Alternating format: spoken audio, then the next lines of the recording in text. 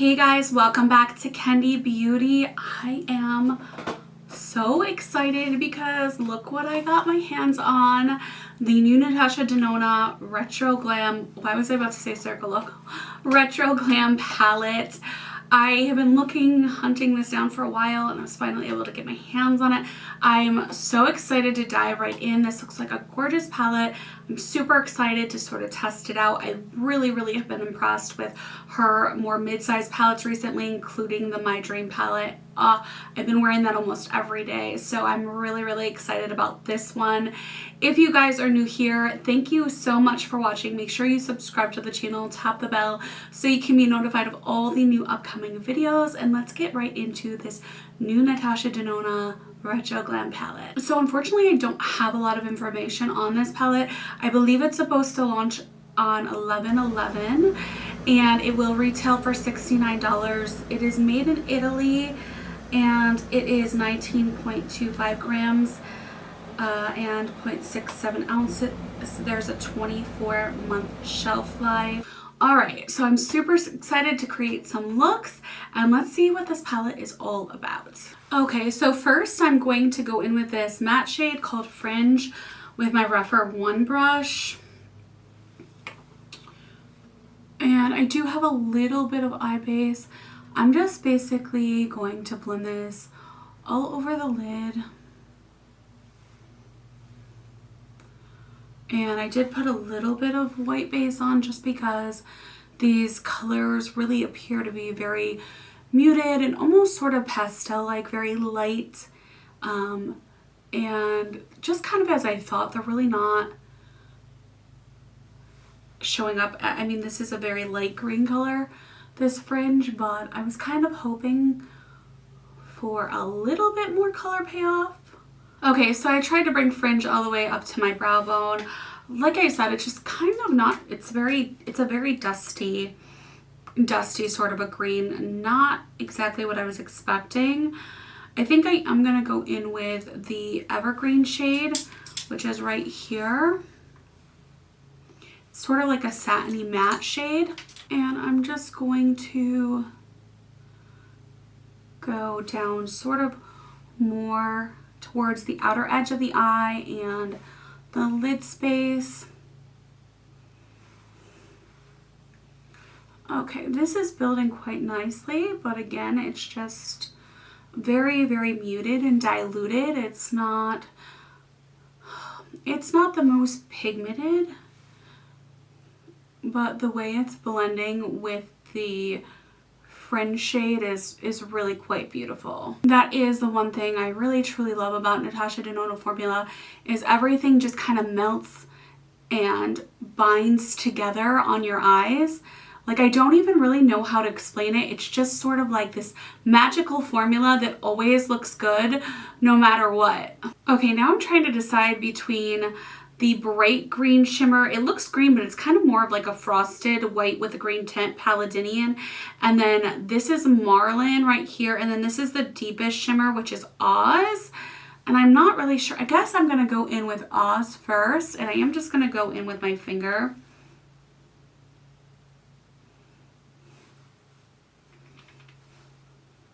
And I'm just going to put that all over the lid.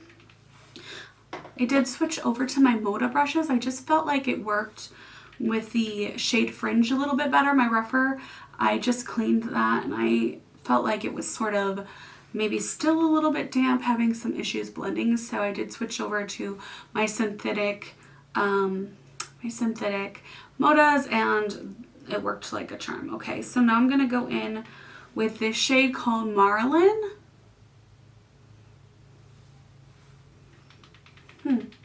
They are very close in color.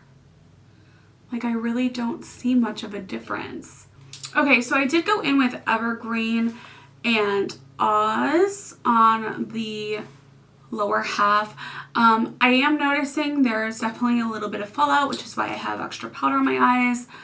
And I guess we're gonna go in now with a second look. Okay, first going in with this light pink shade called Holly. And I'm just sort of putting that right underneath of the brow.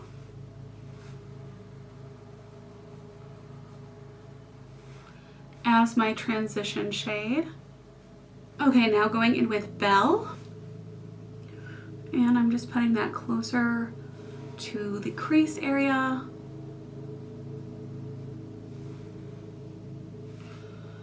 Yeah, these colors are just a little bit muted. I think, you know, if you had really light skin, they would probably show up better. But if you are in the light, medium, medium, deep, I don't know how well these matte shades would really, you know, show up to play. Okay, I'm trying to decide between Oscar, Flare, and then Flutter. I think I'm not gonna do Oscar. I am gonna go in with Flare. And I do typically like to use my finger with Natasha Denona shimmers or foils. I just find that my finger works really the best for her formula. And again, you can see there's definitely, you know, fallout. So the Flare shade is almost darker than the Belle shade, which I don't really like because I like a darker matte and then like a lighter shimmer. I think I'm going to go in with Maxi because that's, you know, these two shades are really giving me mini retro vibes. So I'm going to go in with Maxi towards the outer corner. And then I'm going to go in with Flutter, which for me so far, I love this shade. Oh, the most. It's such a pretty sort of shimmery topper shade.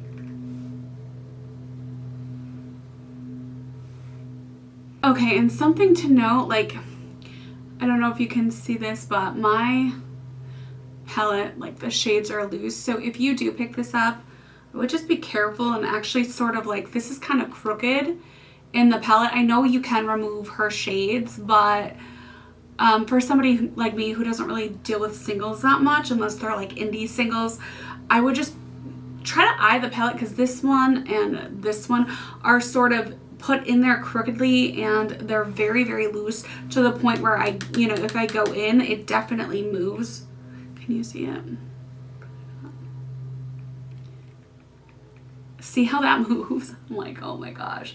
I wish I had looked at it before I got it. But, you know, sometimes that kind of stuff happens. You know, I'm sure I could, and it might just be my palette. I'm sure I could return it and get another one and see, you know, if I have the same issue. Okay, not that over the moon with either of these looks so far. Something is sort of just missing. Okay, so these are these two looks. For the third look, I will throw on some mascara. I did throw on Belle, the darker pink matte shade on the lower half. And I sort of brushed Flutter into the inner corner. You know, it's okay. Not blown away or wowed. There's no wow factor for me. I mean, they are pretty looks. The shades did, for the most part, perform well. Flutter was a little bit flakier than I would have loved, but it is that sort of glassy, sparkly topper shade. And then Palladino was very, and I hope I'm saying that right way, but Palladian, sorry, not Palladino. See how crumbly that shade is? I feel like for a lighter shade that people are going to use on the inner corner, not really loving that for that shade, the crumbliness. Also, I do not have a full face of makeup, so once we do this side, I will put on some blush and everything and mascara, and we will, you know, sort of go over the final thoughts for the palette. But I'm not going to prime my eyes this time because I want to see how these shadows perform without any primer. There isn't a whole lot I can do with this palette as far as color story wise either. Okay, because I'm trying to come up with like a completely different look and I'm just not really, the problem is these two shades, this shade and this shade, are a little bit too light for me. Actually, you know what? let's go in with Faye. We'll go in with Faye. Maybe it'll be a little bit darker than what meets the eye. Okay, that's not horrible.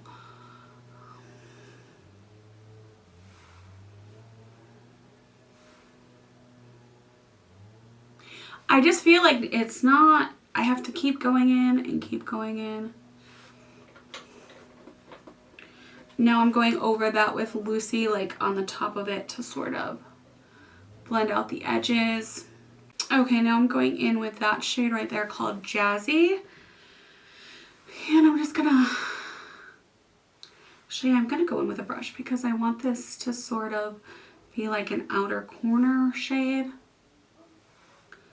And add some dimension. That's not blending that well, is it? All right, maybe I will go in with my finger first. And then sort of blend it out with my brush.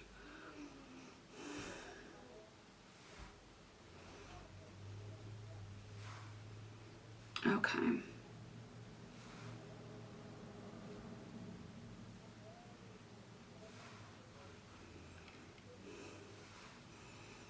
I wish we had like a brown shimmer in here.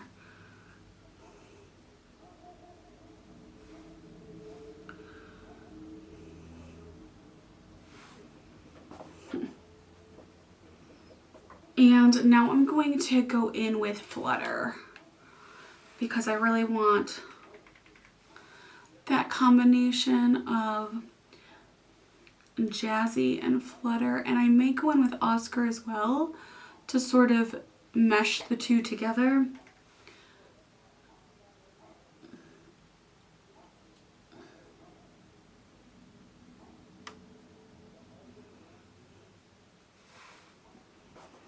Okay, that's really pretty. I think I am going to go in with Oscar though in the middle, just a smidge to put between Jazzy and Flutter. I think that just kind of makes everything sort of a little bit smoother. Going back in with Flutter, I just want some more of that sparkle to show up.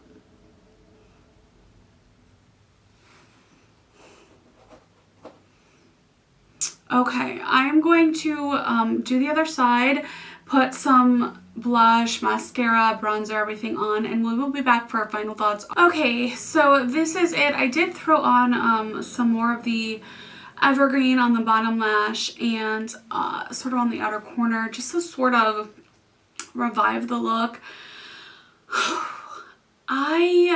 This palette was not a hit for me. I think it just depends on if you love this sort of diluted, muted color story. You might not, you know, this might be a nice palette. Like, I didn't feel like there was any major formula issues. I didn't like the crumbliness of Palladino right here. Flutter could have been a little bit more glassy, a little bit more smooth. Like, honestly, I think the ABH Rose Metals palette, that shade, is what this is supposed to be. In my opinion, this is just a little bit, I mean, on the swatch, it looks absolutely gorgeous, but on the eye, it just really doesn't, like, it doesn't stay. You know what I mean? None of these colors, I just felt like I had to build up and build up and build up with this palette. Again, I think if you have fairer skin, that might not be such an issue for you.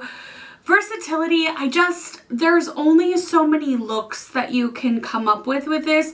She really needed to include like a deeper matte, whether it was a mauve or a brown, something deeper matte wise to give the looks more dimension, because even if you are lighter or fairer skin, there's still not that like outer corner matte shade. I really missed that in this palette. This was not a home run for me. I felt like formula-wise was a horrible. No, it wasn't her worst palette, but it didn't really knock it out of the park for me. Some of the shades I had some problems with, like I said, Palladino.